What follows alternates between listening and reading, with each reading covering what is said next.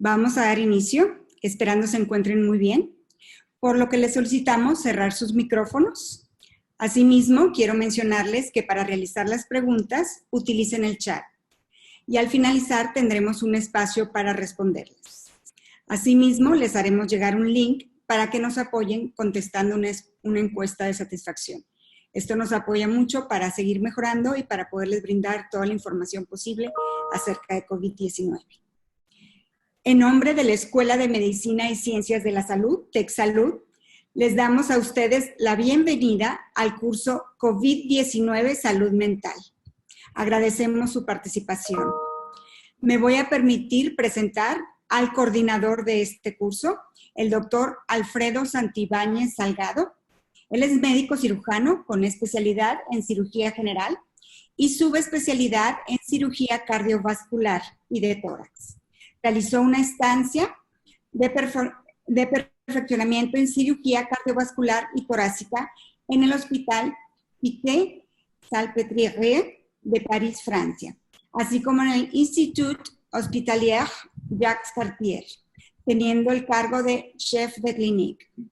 El doctor Santibáñez ha participado en múltiples congresos nacionales e internacionales. Ha presentado 133 trabajos de investigación, así como ha publicado 40 trabajos en revistas indexadas y arbitradas. Ha ganado el Premio Nacional de Cirugía en los años de 1994, 2005, 2007, 2011 y 2019. En 2015 se integró como director de Departamento de Ciencias Médico-Básicas de la Escuela de Medicina y Ciencias de la Salud en la región Ciudad de México, hasta enero de 2020. Actualmente está adscrito al Departamento de Cirugía Cardiotorácica del INER. Actualmente es el coordinador regional de las sociedades académicas de la Escuela de Medicina y Ciencias de la Salud, Ciudad de México. Enseguida le cedo la palabra al doctor Alfredo Santibáñez para que nos presente el objetivo de este curso y a nuestros invitados especiales. Adelante, doctor Santibáñez. Muchas gracias, Maggie. Buenas noches a todos. Les agradezco que nos estén acompañando en esta importante plática en la que sobre todo estamos tratando de abordar lo que es la cuestión psicológica de todo lo que estamos viviendo con este virus, que definitivamente nos ha cambiado nuestra manera de vivir, de trabajar, de interactuar con la familia, con los amigos y compañeros de trabajo, y que, bueno, de cierta manera nos ha, como les digo, estamos viviendo tiempos inéditos, y pues bueno, esto pretende ser una guía y una ayuda para todos los que estamos viviendo esta situación.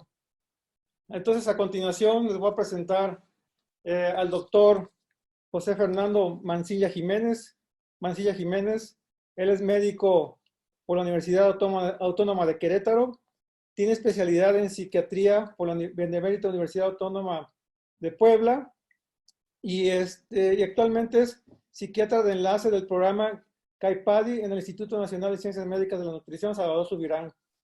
Él nos va a hablar sobre la situación que presenta estos cambios en el ámbito, este confinamiento en el ámbito tanto familiar, ¿sí? Principalmente familiar. Adelante, doctor Mancilla.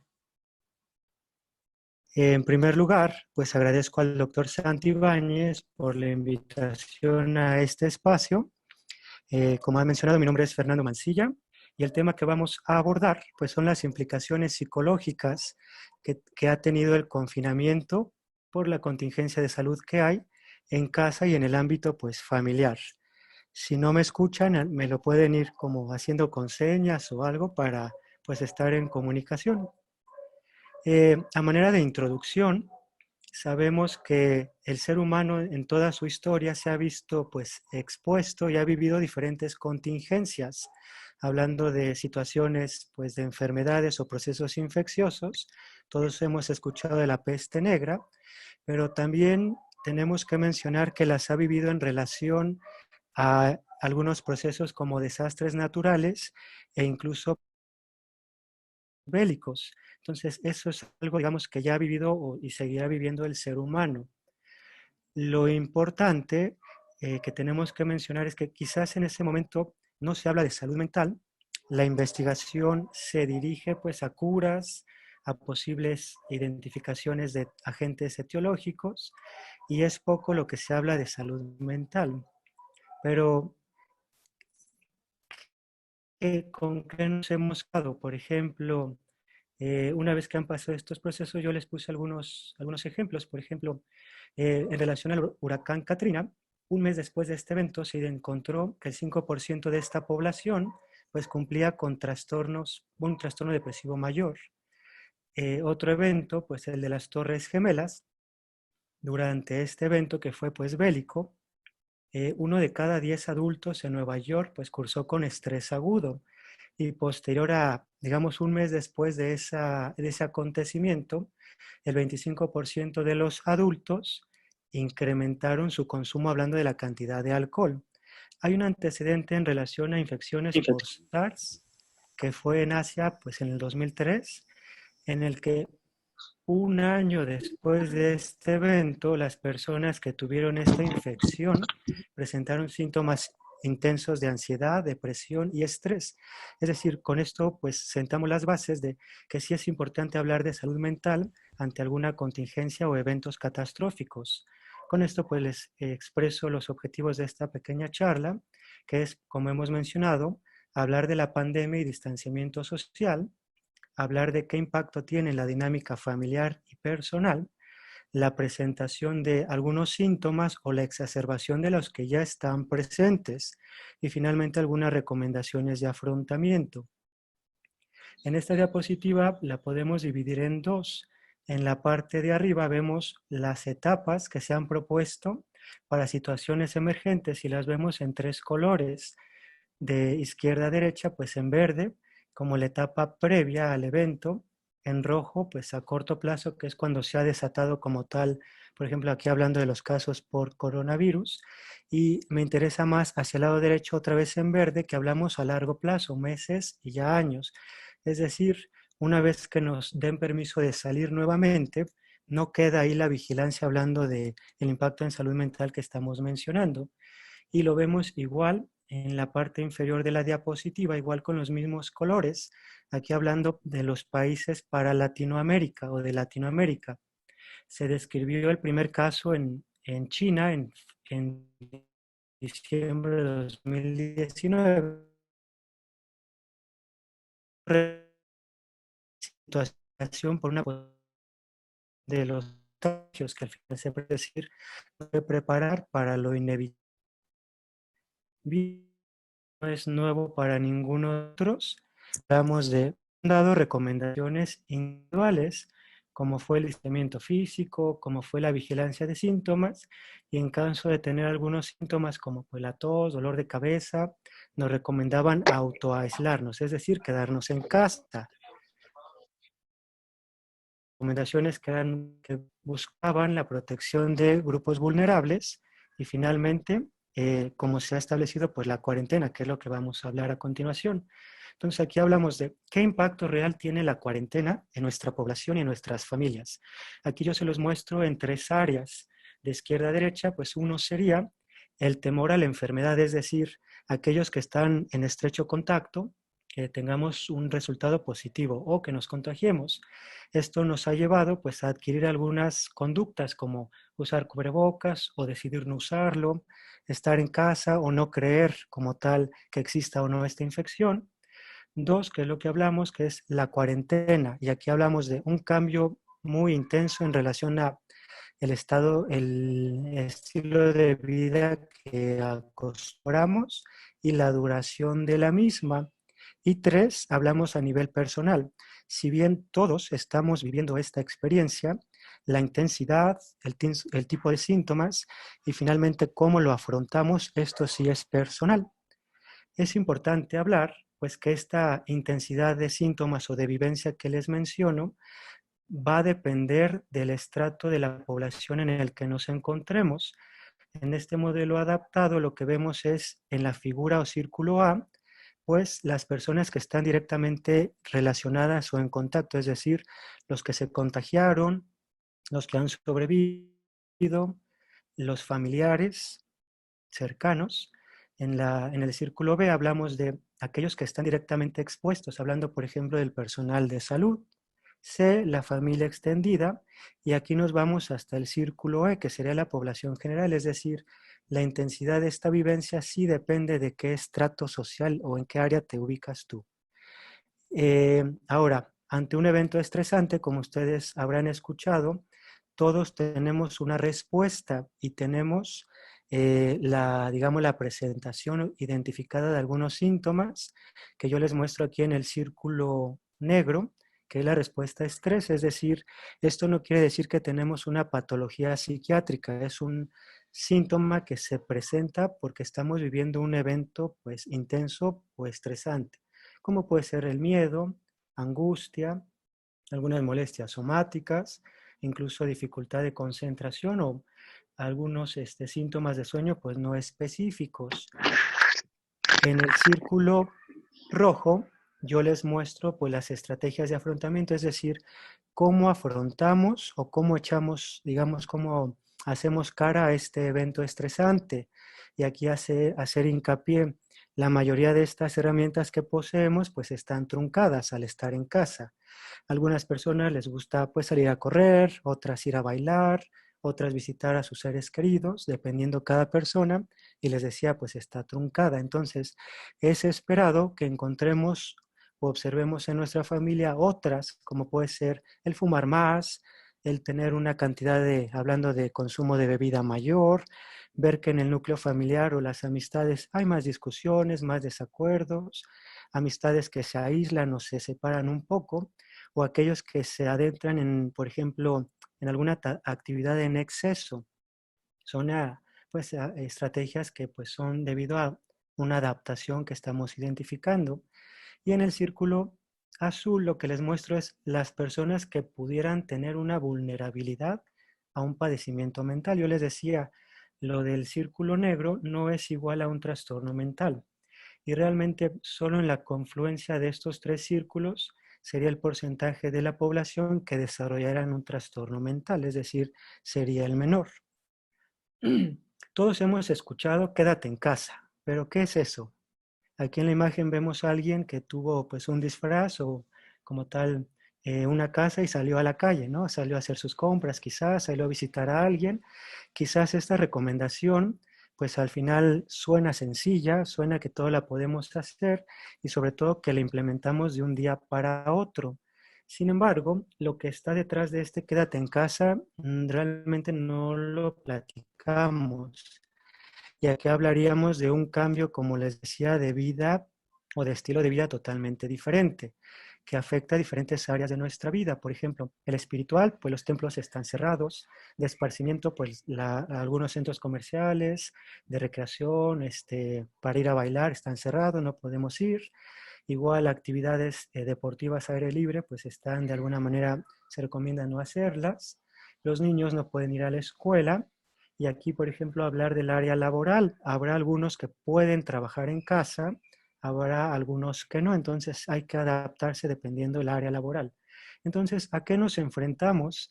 Pues realmente a un nuevo tiempo, es decir, hay que organizarnos porque puede ser que nos sobre el tiempo, problemas de autodisciplina. No está de más cuando estamos en casa y que tenemos muy cerca el refri.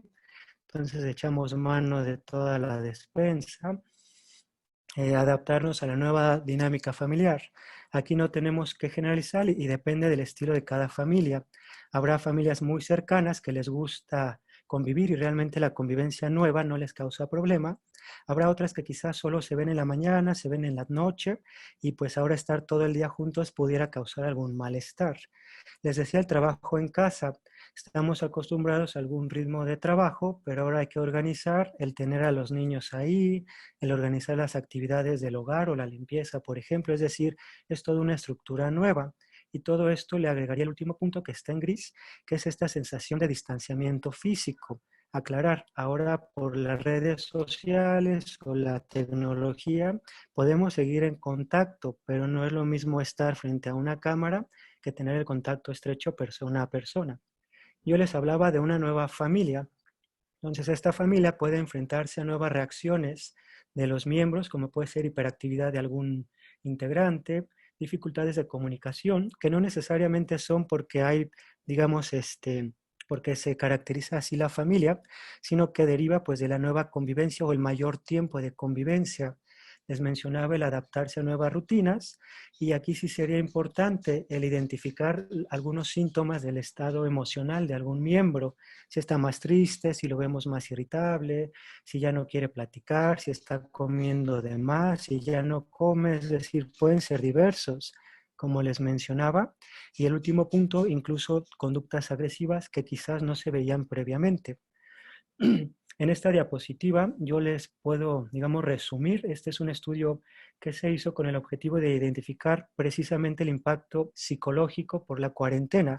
Y los autores nos dan tips, es decir, qué factores en caso de estar presentes pudieran asociarse a que durante la cuarentena la pasemos más mal o pudiéramos tener algún padecimiento como tal ya psiquiátrico o síntomas simplemente más intensos. Durante la cuarentena nos hablan de, por ejemplo, información inadecuada. Esto van a hablarlo más adelante. La sobreinformación, es decir, estarnos atiborrando, estarnos de alguna manera siempre en la búsqueda del último dato, la última noticia, el último registro. Eso también puede tener una connotación negativa. El miedo a la infección que nos puede llevar a ser, por ejemplo, intolerantes al ver a alguien en la calle que no trae cubrebocas y pues sí señalárselo, enojarse, pedirle que no puede pasar como tal al centro comercial. Y quizás el más intenso va a ser la duración de la cuarentena. Ahorita yo ya perdí la cuenta de cuántos días llevo en casa, pero pues parece que todavía faltan 31 días o más, ¿no? Y finalmente la sensación de frustración y aburrimiento, es decir, esto es lo que estamos viviendo actualmente, pero no acaba ahí. Después, una vez que nos den la libertad de salir, aquí nos vamos a enfrentar a otra situación que es el darnos cuenta de las finanzas personales y de la familia por los cambios laborales, menores ingresos quizás o adaptación por ventas. Aquí dependerá de las familias, pérdida de personales, el adaptarse otra vez a esta convivencia con alguna restricción y hablar del estigma con personas simplemente que tiene una actividad laboral que se dona pues, a una posible infección. Eso lo tenemos que estar de alguna manera vigilando. Voy a terminar con algunos datos. En la parte de arriba vemos una niña en su bicicleta y nos habla en Wuhan y Guangxi que la población que estuvo en al menos uno de cada 5 tuvo síntomas de depresión y encontraron como una prevalencia del 6%, simplemente por la cuarentena. En la parte inferior hablamos de los adolescentes. Aquí es un estudio que se hizo en Estados Unidos y nos habla de la intensidad o la presencia de síntomas de ansiedad y depresión y vemos que puede llegar hasta el 12% en caso de ambos en adolescentes. Y aquí para terminar hablaríamos de adultos y son diferentes áreas. El primer cuadro nos habla de aquellos adultos que sí que tenían, digamos, un lugar estable, un hogar pues con una familia organizada, pero casi el 40% aún así, o a pesar de esto, describía síntomas negativos y ansiedad asociados al COVID como tal. Y de estos el 21% fue pues intenso. Cambios en sus ingresos. En la parte de abajo dice aquellos que no tuvieron cambios en su trabajo ni en sus ingresos. Sin embargo, el 40% también describe síntomas de estrés o preocupación.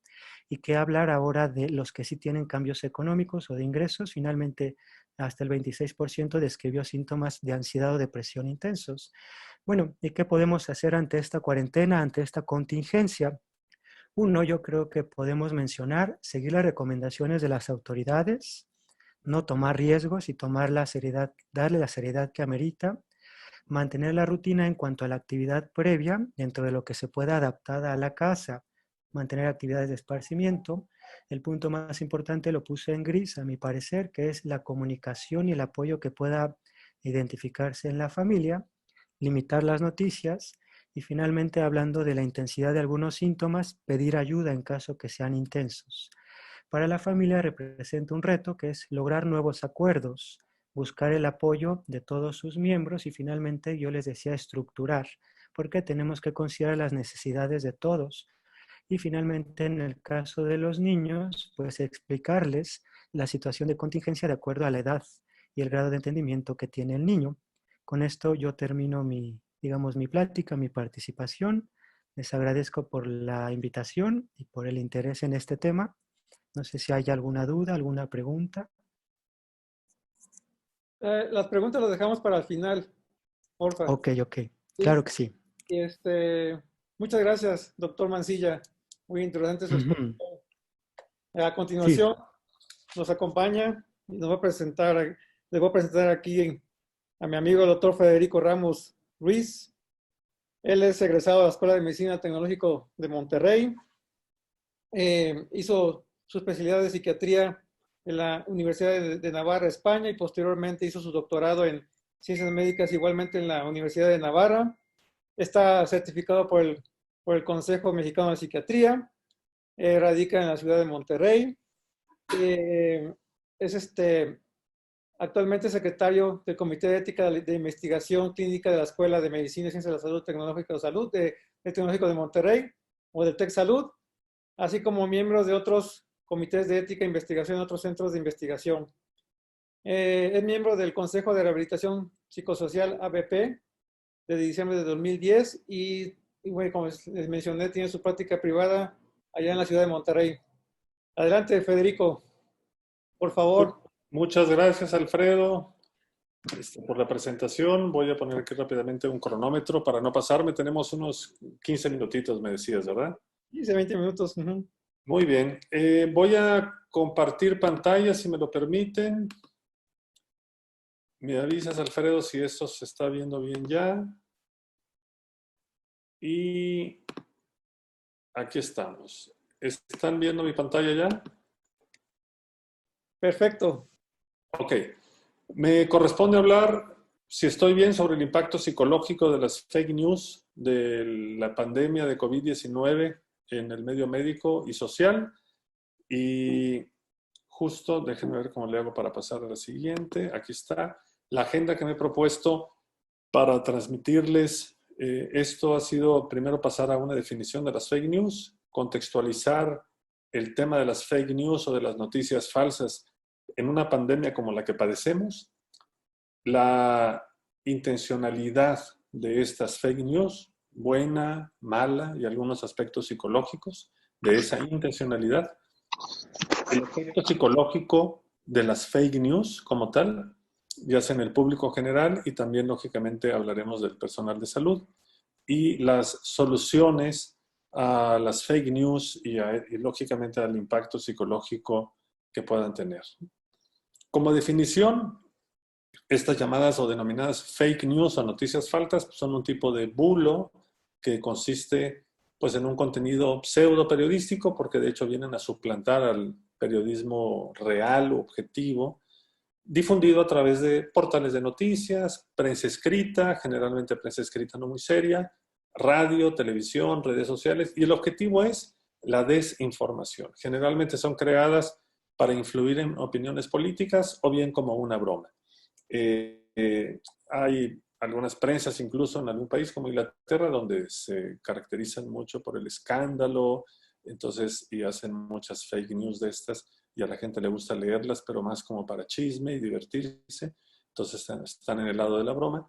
Pero las fake news, fuimos nosotros conscientes de todo el escándalo en las política o en las elecciones pasadas en Estados Unidos, con todo el tema de Hillary Clinton, Rusia y Donald Trump, etcétera, ¿no? Que llevaron incluso a un juicio político, si recuerdan, entre otras cosas allá en Estados Unidos. Se diseñan y se emiten con la intención deliberada, ya sea de engañar o de inducir el error o manipular decisiones personales, o bien de desprestigiar o enaltecer a una institución, a una entidad o a una persona, o bien ganar ganancias económicas, y lo veremos después. Hay lo que se llaman granjas de contenido o content farms, que son sitios donde la gente, jóvenes generalmente, están trabajando armando contenidos muy superficiales, pero que están buscando ser escandalosos, ¿sí? Y con eso les pagan, se ganan un dinero con eso. O se diseñan y emiten para obtener un rédito político. ¿Qué pasa lo interesante es qué pasa si se confrontan con la realidad? Curiosamente, la negativa de una fake news, de una noticia falsa, cuando por un verificador, ya sea yo como doctor o un fact-checker, alguien que les dice a las gentes que aquello es falso, no siempre convence a la gente de que la historia es falsa.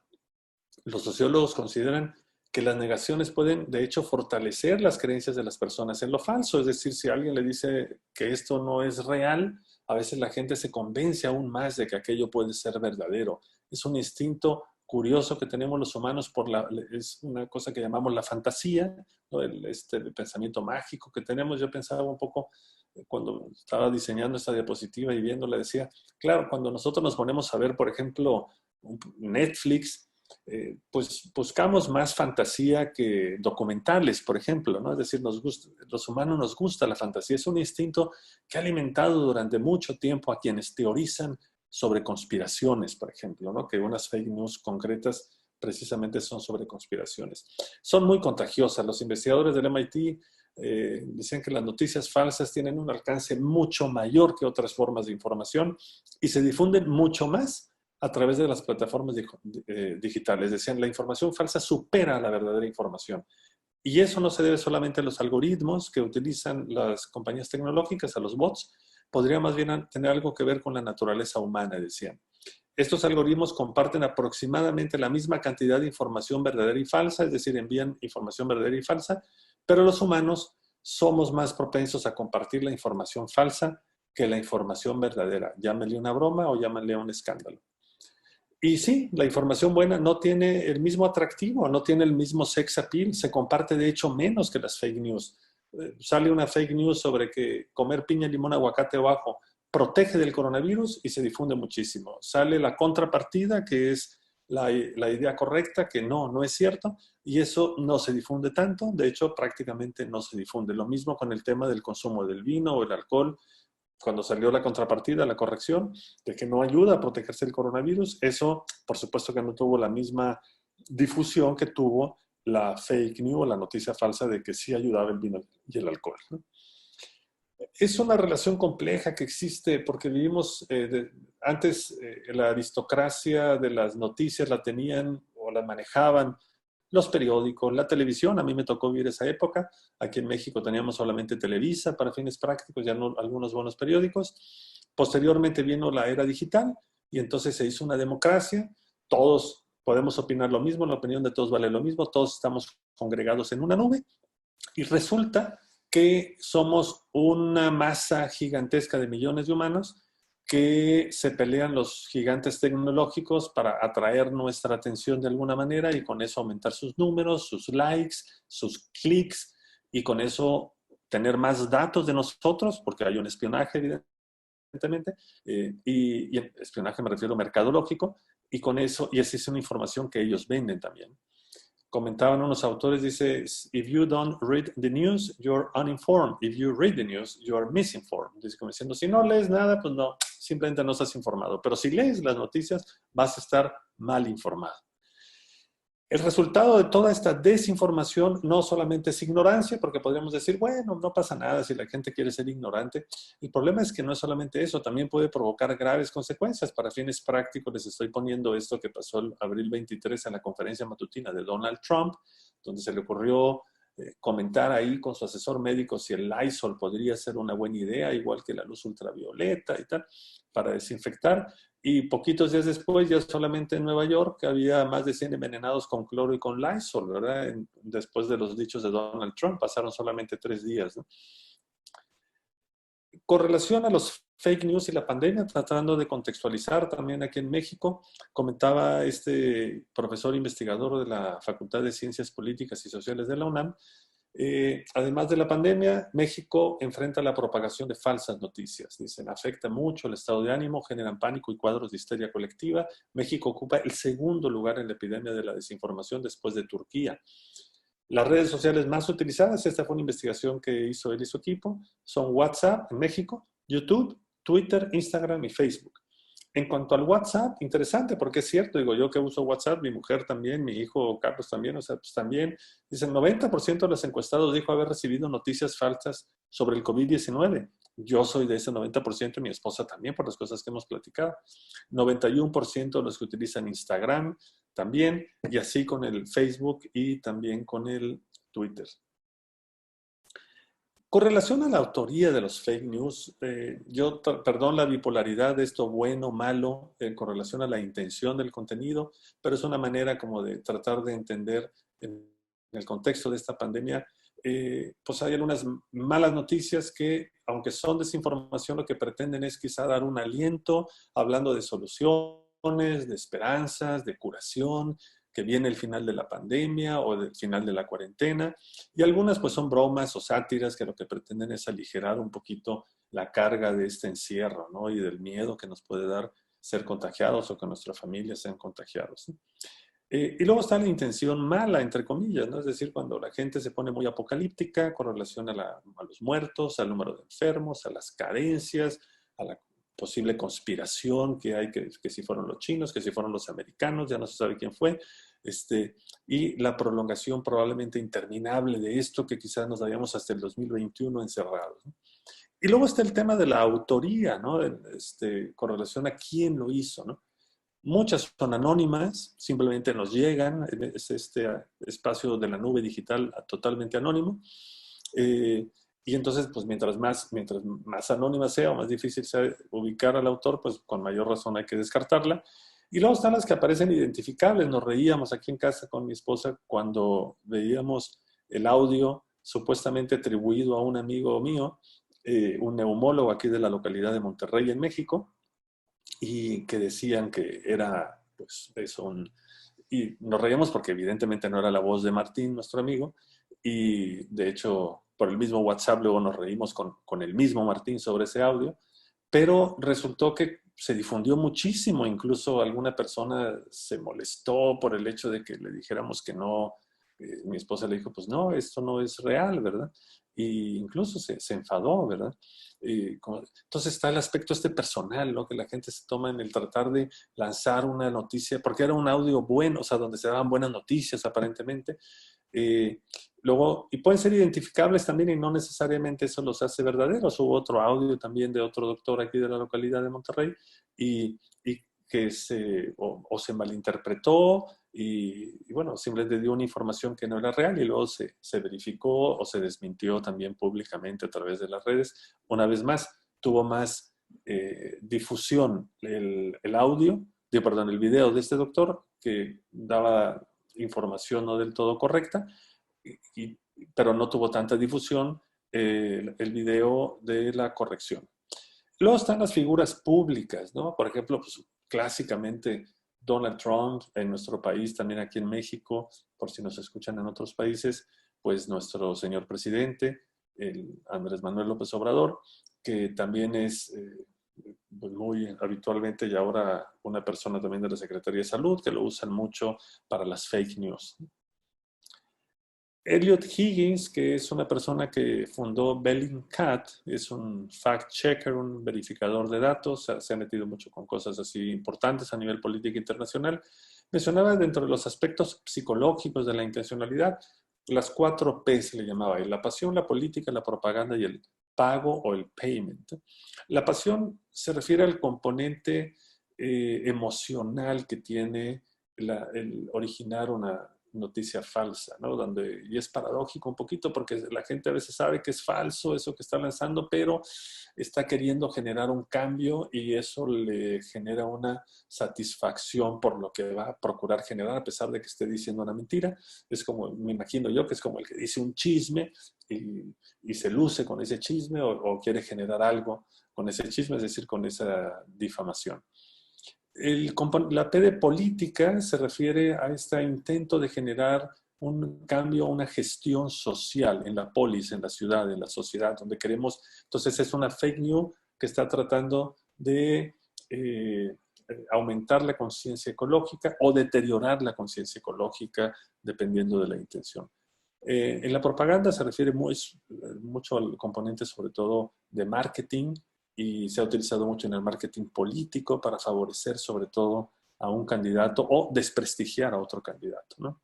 Con el fin de ganar en unas elecciones. El pago Pues se refiere mucho a que lo que comentábamos de los algoritmos, mientras más se escuche una fake news o más se vea una fake news, más likes o más clics hay en una red social y por lo tanto tienen más personas que lo están viendo y ustedes saben que eso significa un mayor ingreso para esa plataforma tecnológica. Y luego, por otro lado, también están las granjas de contenido que lo que hacen es precisamente generar fake news, se les contrata, entonces es gente que recibe un dinero para generar contenidos falsos. Esta es otra de las intenciones en las fake news. Hay fake news buenas y fake news malas, entre comillas, y los efectos psicológicos, pues ya los conocemos porque los hemos vivido. Hay desde en las buenas, desde la risa, la sorpresa o hasta la esperanza, ¿no? La risa y la sorpresa vienen con las sátiras, con el humor, y hay veces que hay contenidos positivos falsos y nos pueden dar una falsa esperanza, ¿no? También se puede generar un poquito las conductas de riesgo por la exposición al contagio, suponiendo que nos dicen que no pasa nada, que podemos salir. Esa imprudencia yo lo pongo entre interrogantes, ¿será ignorante realmente? Pues no lo es, más bien porque realmente pues, siempre podemos revisar las fuentes oficiales. Otro efecto psicológico es la frustración y la desesperanza cuando uno se entera de la falsedad de aquella posible noticia buena. Y luego viene el enfado por el esfuerzo, tiempo que hay que utilizar para desmentir. Por ejemplo, el personal de salud. Yo tengo conocido ya lo personal de que tenemos que andar desmintiendo a veces esto y genera un gasto de tiempo y un esfuerzo. Los efectos psicológicos de las noticias malas o de las falsas noticias malas, pues lógicamente son los más lamentables porque generan ansiedad, miedo, pánico, tristeza, desesperanza, depresión, incluso suicidio. Pueden promover el suicidio de algunas personas que ya estén muy angustiadas y muy desesperadas. Y desde luego hay cansancio y desconfianza en las autoridades de gobierno, molestia, irritación, tanto del personal de salud como de las autoridades, porque no es agradable que te estén mermando el esfuerzo que tú estás haciendo por dar orientación y por ayudar. Y desde luego también hay un efecto psicológico que es la sensación de oportunidad para los especialistas que luchan por orientar en este caos informativo, desde los epidemiólogos hasta los médicos, enfermeras, gentes, sociólogos, etc. ¿Cuáles serían las soluciones a las fake news? Pues desde luego este autor recomendaba fundamentalmente dos. Uno, regular a los que las producen, que son fundamentalmente las plataformas tecnológicas. El problema de esta regulación es que, pues desde luego que se intenta, y las autoridades lo intentan, pero como dicen en España, donde una puerta se cierra, otra se abre, y sí, generalmente estas compañías tienen abogados, tienen gente muy creativa y van encontrando la manera de eludir esa regulación y seguir haciendo lo que hacen. Y la otra es la educación, que es la alfabetización de noticias y redes, es decir, desarrollar competencias en las personas, estudiantes, público general, enseñar a la gente a criticar y crear medios de comunicación también es esencial. ¿Por qué crear medios de comunicación? Para que los ciudadanos sepamos también defendernos como sociedad de esas fake news, haciendo nuestras propias noticias reales. 4 tips para desenmascarar las fake news de Harvard en la escuela de verano. Uno es examinar la credibilidad del editor, revisar bien quién es, se hace por medio, se checa un poquito el tema de internet, etcétera, de dónde viene. Prestar atención a la calidad, si ves que son todo mayúsculas y muchos signos de admiración y faltas de ortografía, pues dices esto no pinta nada bien. Si te están poniendo una noticia antigua como si fuera actual, pues tampoco aquello no tiene ningún sentido. Ayuda mucho a revisar las fuentes y las citas, saber si una noticia viene sin citas, si no se puede contrastar con nada, ya de antemano la pueden ir descartando. Y hay que preguntarle a los profesionales. Hay websites de fact-checkers, que pongo a unos ahí, o también hay amigos que pueden saber del tema y se les puede preguntar, ¿verdad? Entonces, estos son algunos tips para desenmascarar estas fake news. Federico, te queda un minuto. Please. Sí, esta es mi última diapositiva, hasta aquí me quedaría y me quedo a la espera de las preguntas al final de la sesión. Gracias. Ok. Perdón, Federico, gracias. Muy bien, y ahora ya para terminar, le toca el turno al doctor David Saucedo. David Eduardo Saucedo Martínez, él es médico cirujano con especialidad en psiquiatría. También hizo un curso de especialidad en psicogeriatría y estudio de maestría en ciencias médicas en el Instituto Nacional de Psiquiatría Ramón de la Fuente de la UNAM. Está certificado por el Consejo Nacional de Psiquiatría. Realizó la maestría en el Instituto para la Formación de Terapeutas de Grupo, Pareja y Familia, así como un doctorado en medicina. El doctor Saucedo ha participado en diversos protocolos de investigación, así como vocero y líder de opinión para la industria farmacéutica. Ha realizado publicaciones en revistas científicas, así como para capítulos de libro. Cuenta con certificación vigente por el Consejo Mexicano de Psiquiatría. Tiene una participación activa en diversas sociedades científicas locales, nacionales e internacionales. Es profesor en el Servicio de Geriatría del Hospital Universitario José Eleuterio González de la Universidad Autónoma de Nuevo León. Y actualmente es director del programa académico de la especialidad de psiquiatría en la Escuela de Medicina y Ciencias de la Salud del Tecnológico de Monterrey. Adelante, doctor. Doctor Saucedo. Sí, muchas gracias. Buenas tardes a todos. Gusto saludarlos en lo que estoy tratando de poder subir mi presentación. Un segundo, por favor. Perfecto, muy bien, muchas gracias. Bueno, perdón por este problema técnico. Sí, escucho. Solo ponle en modo presentación en la pantallita, ahí en tu presentación. Perfecto, sí, listo. Gracias. Muchas gracias. Bien, pues el tema que yo presento con ustedes sobre el impacto psicológico sobre la abundante información redunda un poco sobre lo que mis antecesores ya han presentado con ustedes, pero quiero darle un enfoque más dirigido, sobre todo más desde la perspectiva de la psicopatología en la población en relación a tanta información, ¿no? La imagen por sí sola habla precisamente de a qué noticias sí debemos o no de hacerle caso, y luego las que existimos como fidedignas que no lo son, y eso pues puede generar obviamente la pérdida de la credibilidad. Existe una crisis en la literatura médica, obviamente, que ha llevado al planteamiento de cómo se hacen las búsquedas y de cómo se están generalizando, sistematizando el conocimiento dentro, por ejemplo, de la docencia, y de esto se han generado pues ciertos prácticas, problemas sobre cómo se obtiene el conocimiento, y a nosotros dentro de la misma investigación pues nos han hecho énfasis, por ejemplo, en que la información más consistente y reproducible es aquella que se sostiene en grandes revisiones sistemáticas, y no solamente, por ejemplo, en reportes de caso, haciendo la referencia análoga de lo que ocurre en la población en general. Entonces, dicho eso, pues es importante también mencionar, pues que la información también, y ahorita lo mencionaba precisamente Federico, sobre cómo el mito o la falsedad de la noticia puede también tener un efecto protector en un momento determinado para el bienestar emocional de las personas. Entre más se generalice una mentira, más se puede tomar en cuenta como como algo que protege las emociones, pero los mitos también tienen funciones desde el punto de vista mental. Uno de ellos precisamente es tratar de explicar un fenómeno que no puede ser explicado.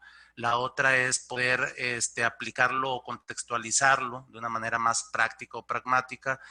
Y bueno, eso permite mantener también la ilusión o el temor. Es decir, en la mente del ser humano siempre es importante que existan mitos, porque eso es parte del equilibrio del contacto también con la propia realidad, ¿no? Y eso es lo que genera nuestro y nuestra manera de podernos el entorno. Entonces, las noticias que influyen en la percepción negativa ante un panorama incierto, pues incluyen estos puntos que ustedes pueden ver, ¿no? Las pérdidas, por ejemplo, millonarias, económicamente hablando, en lo a nivel institucional, laboral, constantemente que lo peor aún no ocurre, o cuando escuchamos estamos entrando a la tercera fase y pues lo peor aún está por venir, aunque ya en algunos lugares se nos adelantan y dicen que están en la cuarta etapa, y probablemente el concepto va más en función de una recuperación cuando todavía no estamos ni siquiera llegando al pico.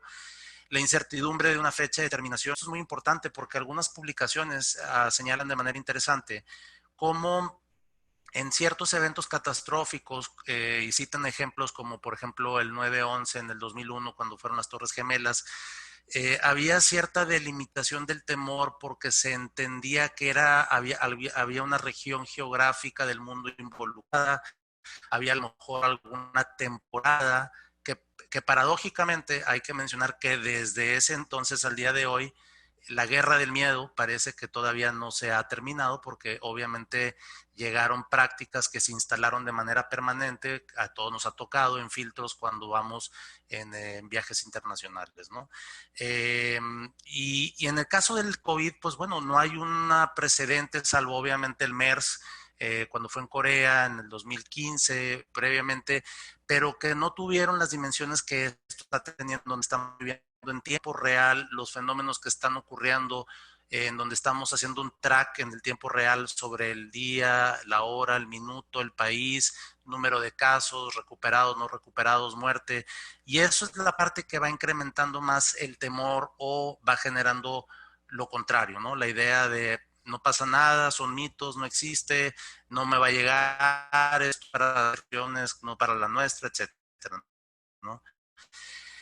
Evidentemente la ausencia de una vacuna a corto o mediano plazo, hay quienes dicen un año y medio, menos de medio año, escuchamos que se han estado haciendo en algunos países ciertas pruebas, pues obviamente también va generando mayor percepción negativa y esta parte que mencionaba hace rato sobre la falta de los límites geográficos por la pandemia y donde todos globalmente viven en un tiempo real este efecto. Hemos escuchado quienes nos dedicamos a la atención de la salud emocional de las personas sobre el trauma vicario que viene como el producto del desgaste por empatía, por escuchar constantemente malas noticias y probablemente hace menos de una década estábamos escuchándolo más entre los colegas de la salud mental que estábamos constantemente atendiendo personas que hubiesen sido víctimas de delincuencia organizada, por ejemplo, y cómo nos relataban sus experiencias extremadamente traumáticas y cómo cuando se fueron acumulando estas narrativas una y otra vez fueron generando muchos de los problemas emocionales que también fueron generando ciertos cambios en la práctica de la psiquiatría, en donde estábamos tratando de evitar querernos enterar de cosas que no nos queríamos enterar, ¿no? Que inevitablemente pueden llegar en contra de nuestra voluntad,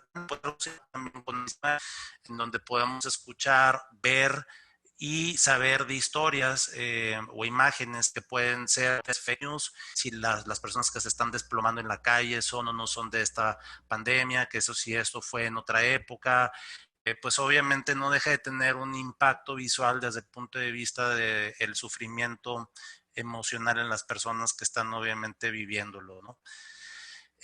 Lo que también es importante mencionar es que la Organización Mundial de la Salud tiene en su portal un apartado que entre otros quise compartirles y subrayo esta parte en el recuadro, que habla de la gran importancia de poder comunicar información crítica, también de información de eventos a todas las comunidades y también obviamente contrarrestar la desinformación. Y esa es una obligación también. Información que se identifica como falsa, distorsionada o completamente inventada debe ser obviamente desmentida en lo posible, porque esto obviamente es lo que sigue promoviendo el temor en la comunidad. Más allá de todo el bienestar y el estilo de vida que debemos obviamente promover como una forma de prevenir estrés desde el punto de vista emocional, pues obviamente también es importante atacar desinformación e irnos informando sobre todo lo que existe para poder saber si eso que se está transmitiendo es real o no. Bueno, por otro lado, les presento, esta es información obviamente muy reciente que se está dando en las últimas semanas, probablemente no más de un mes, este es muy reciente, precisamente el New England Medicina, que precisamente que hace un panorama, un bosquejo general sobre la salud mental en la era de la pandemia del COVID-19. En general, el autor o los autores mencionan sobre todo pues, que los resultados aún son heterogéneos, no podemos generalizarlos. Muchos de los que nos dedicamos a la salud mental pensamos inmediatamente en el famoso trastorno por estrés postraumático. Sin embargo, bien vale mencionar que esta es todavía la fase aguda del evento o la reacción aguda cronológicamente hablando a la exposición del evento, y por lo tanto podríamos más bien hablar de lo que nosotros catalogamos como un trastorno adaptativo con síntomas ansiosos, reacciones agudas de estrés, que todas son finalmente consecuencias psicológicas y conductuales que no se han decantado claramente o cristalizado como un síndrome ansioso específico, como en este caso, como el trastorno por estrés postraumático. Y esto puede ser explicado porque si hay buena salud mental, pues las personas todavía pueden venir en un estado de resiliencia o resistencia para tratarse de estar adaptando a lo que el entorno va presentando día con día, y probablemente otras personas sí colapsan emocionalmente desde antes y obviamente pueden llegar ahora sí a una forma más específica de ansiedad, como podría ser, por ejemplo, en este caso, el trastorno por estrés postraumático. Sin embargo, y les presento más adelante la evidencia de cómo el predominio de lo que se está encontrando no es propiamente estrés postraumático formalmente, sino más bien la combinación de ansiedad predominantemente y ansiedad y depresión, o la combinación de los dos. Entonces, se habla de las poblaciones vulnerables, las que ya se han mencionado constantemente, o en la parte física, bueno, en la parte emocional también incluyen a los adultos mayores, a personas con algún grado de inmunosupresión, y que posiblemente, y esto es bien importante, las condiciones premórbidas, ya sean no solamente físicas, sino también mentales, y sobre todo, pues ahorita con, por ejemplo, la iniciativa de CONADIC, liderado por el doctor Gadi Savicki, colega de la Ciudad de México, que ha estado también haciendo esta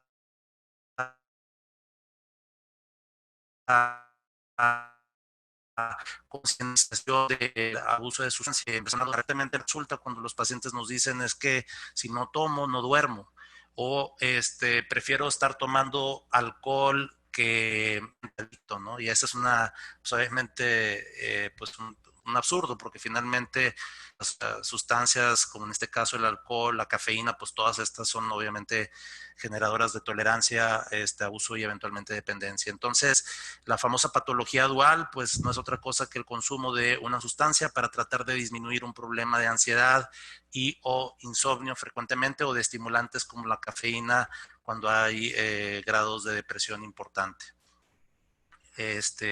Bueno, no todos los que tomamos que verdad, pero también me declaro ser muy aficionado a la cafeína. Finalmente, bueno, este es otro artículo muy interesante que sale muy recientemente, que habla precisamente de los problemas de salud mental en relación a la exposición a los medios sociales a propósito del COVID-19, y en este artículo se evaluó de manera transversal durante estas fechas del 31 de enero del año en curso, obviamente al 2 de febrero, a casi 4.500 personas que estuvieron en alguna forma para tratar de conocer, de acuerdo al grado de exposición a los medios sociales, qué tanta psicopatología. Y esto lo hacen a través de pues, análisis estadísticos, regresiones logísticas, ajustar algunas covariables para tratar de no poder confundir los resultados. Utilizan dos escalas estandarizadas y aplicadas para bienestar, una que es de la Organización Mundial de la Salud, de 5 dimensiones, y el otro que es una de la ansiedad, de un inventario de ansiedad generalizada de 7 reactivos, que son los que más o menos se han ido replicando en muchos países a propósito de poder conocer un poco más sobre la epidemiología del COVID-19. Y bueno, lo que encuentran es lo que ustedes pueden ver ahí. Básicamente se encontró más problemas de prevalencia para depresión, casi en un 50%, la mitad de la población casi deprimida, de ansiedad pura, sin depresión, casi una cuarta parte, y la combinación de ambas, pues casi un 20%.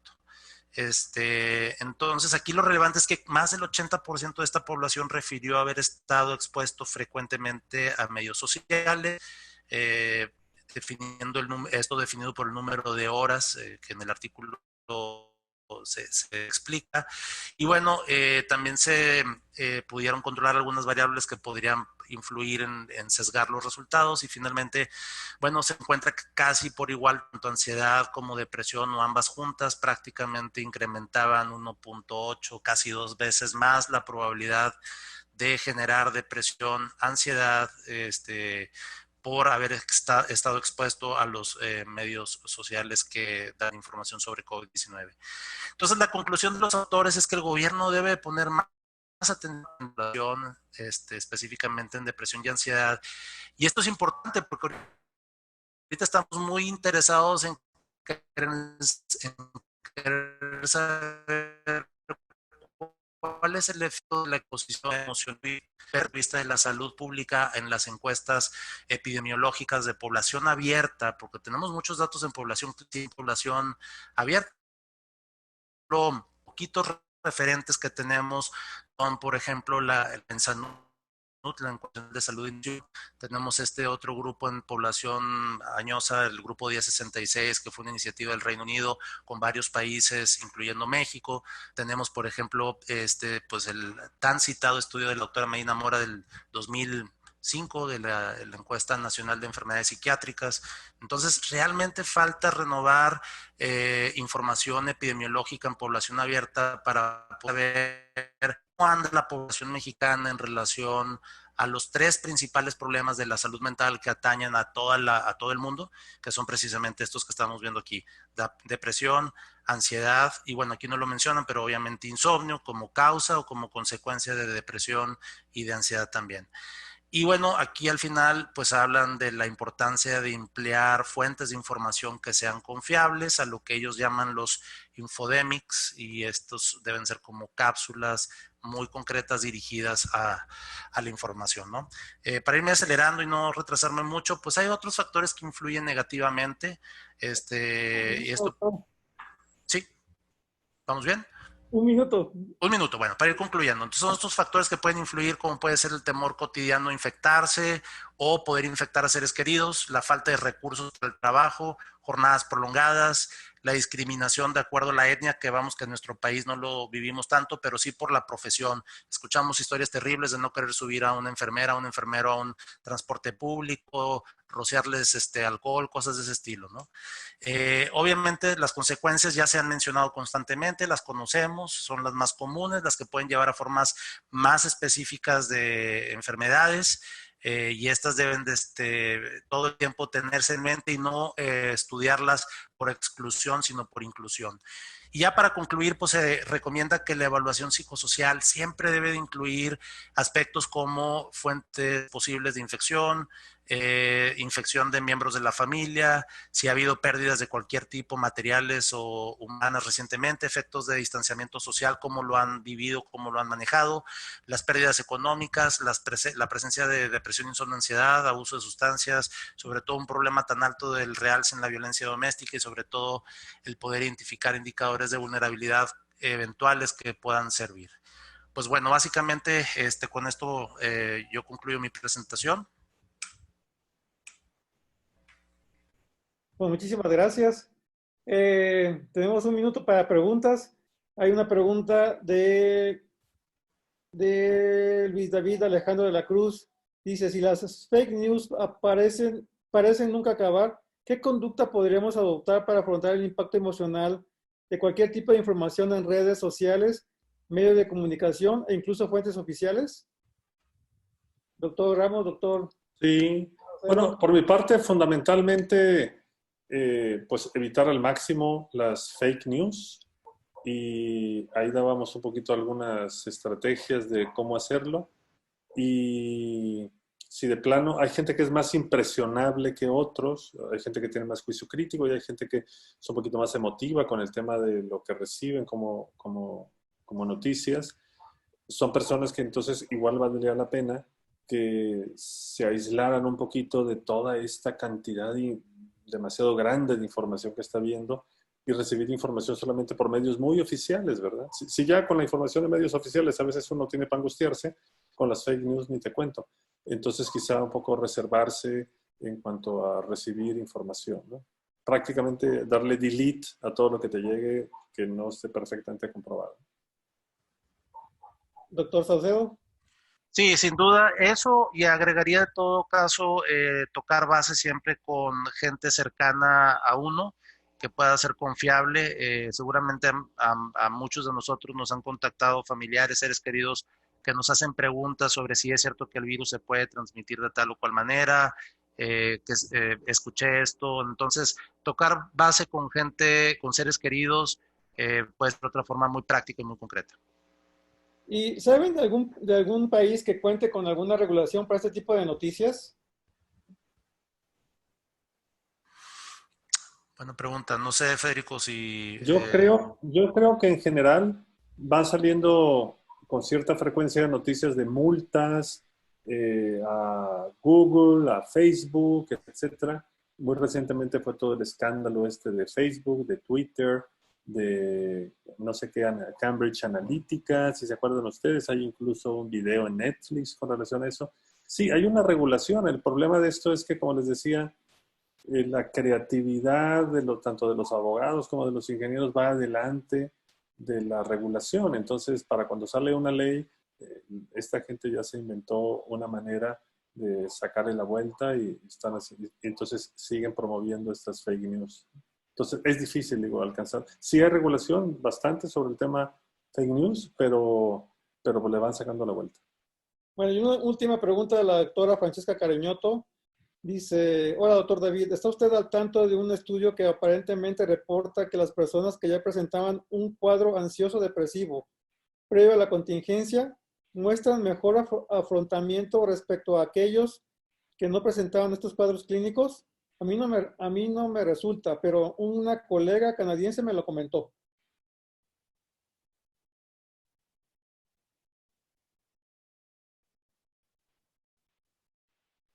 ¿No? Me perdí, yo no sé si pueden repetirlo, por favor. Dice, hola doctor David, ¿está usted al tanto de un estudio que aparentemente reporta que las personas que ya presentaban un cuadro ansioso depresivo previo a la contingencia muestran mejor afrontamiento respecto a aquellos que no presentaban estos cuadros clínicos? A mí no me resulta, pero una colega canadiense me lo comentó. Sí, qué interesante pregunta. No estoy familiarizado con ese estudio, sería muy interesante conocerlo, por ahí ojalá pudiéramos conocer la referencia, lo cual hace mucho sentido, porque precisamente se plantea como un factor de riesgo, pero la contraparte sería justo lo contrario, ¿no? A propósito de la resiliencia y de del aprendizaje basado en experiencias que van permitiendo que una persona se pueda adaptar mejor al entorno. Doctor Mancilla, ¿algún comentario a esta pregunta? Doctor Mancilla. Creo que no está. Bueno. ¿Sí? Sí. Yo concuerdo con el doctor David. Aquí habría quizás dos escenarios. Uno sería hablar de la resiliencia de aquellos pues, que ya han vivido una experiencia intensa y han podido sobreponerse, ¿no? La otra sería en aquellos, digamos, aquellas personas en las que de alguna manera el cuadro, por ejemplo, afectivo no se ha recuperado del todo y pues aquí identificar como población de riesgo a obtener un nuevo, digamos, episodio, es decir, podríamos tener los dos extremos o las dos posibilidades. Ok, ¿y doctor Ramos? Sí, en estos semanas, casi mes que llevamos encerrados y que hemos mantenido la consulta online, me imagino que tanto para el doctor Mancilla como para el doctor Saucedo y psicólogas que nos están escuchando, nos habrá pasado lo mismo, yo creo que a todos. Ha habido gente que realmente están en su mero mole, es decir, están súper a gusto en su casa. Entonces, por ejemplo, pacientes con trastornos alimentarios que ya no tienen que ir a la escuela, ya no están sometidas al escrutinio de las demás compañeras y compañeros, están muy a gusto. Personas con ansiedad social, por así decir, o con mucho estrés laboral que ahora están en casa, les sobra el tiempo porque ya no hay tantos traslados, están muy a gusto. En fin, sí me ha pasado que un buen número de personas que yo atiendo están mejor, es decir, quizá yendo un poquito en esta línea de que pues tienen una mayor resiliencia para ciertas cosas, pero también es cierto que los cambios de circunstancias a cada quien nos agarran en diferente posición. Entonces habrá gente que esto no le viene tan bien y otras gentes a las que sí les viene bien. Bueno, pues ya nos pasamos un poquito con el tiempo, pero la verdad el tiempo pasó volando, lo cual quiere decir que estuvo muy interesante. De verdad, verdaderamente, 3 extraordinarias exposiciones, presentaciones. Les agradezco tanto a los ponentes como a la audiencia su atención y espero que lo pongan en práctica todos. Muchísimas gracias y que pasen buenas noches. Muchas gracias, doctor Santibáñez. Gracias. En nombre de la Escuela de Medicina y Ciencias de la Salud, les damos las gracias al doctor Santibáñez, a los ponentes y a todos ustedes por estar aquí.